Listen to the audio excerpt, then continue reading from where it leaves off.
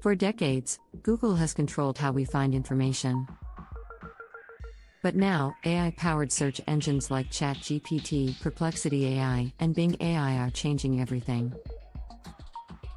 Instead of searching and clicking links, AI can now generate full answers instantly. Could this mean the end of Google as we know it? Google search ranks pages based on an algorithm, showing users multiple links they must sift through.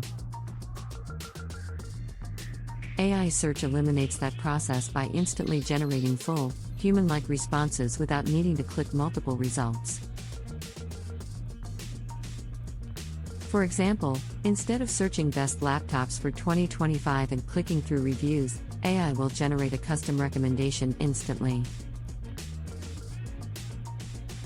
This makes search faster and more intuitive. Google's entire business model relies on users clicking links, especially ads. If AI search takes over, Google's ad revenue could collapse.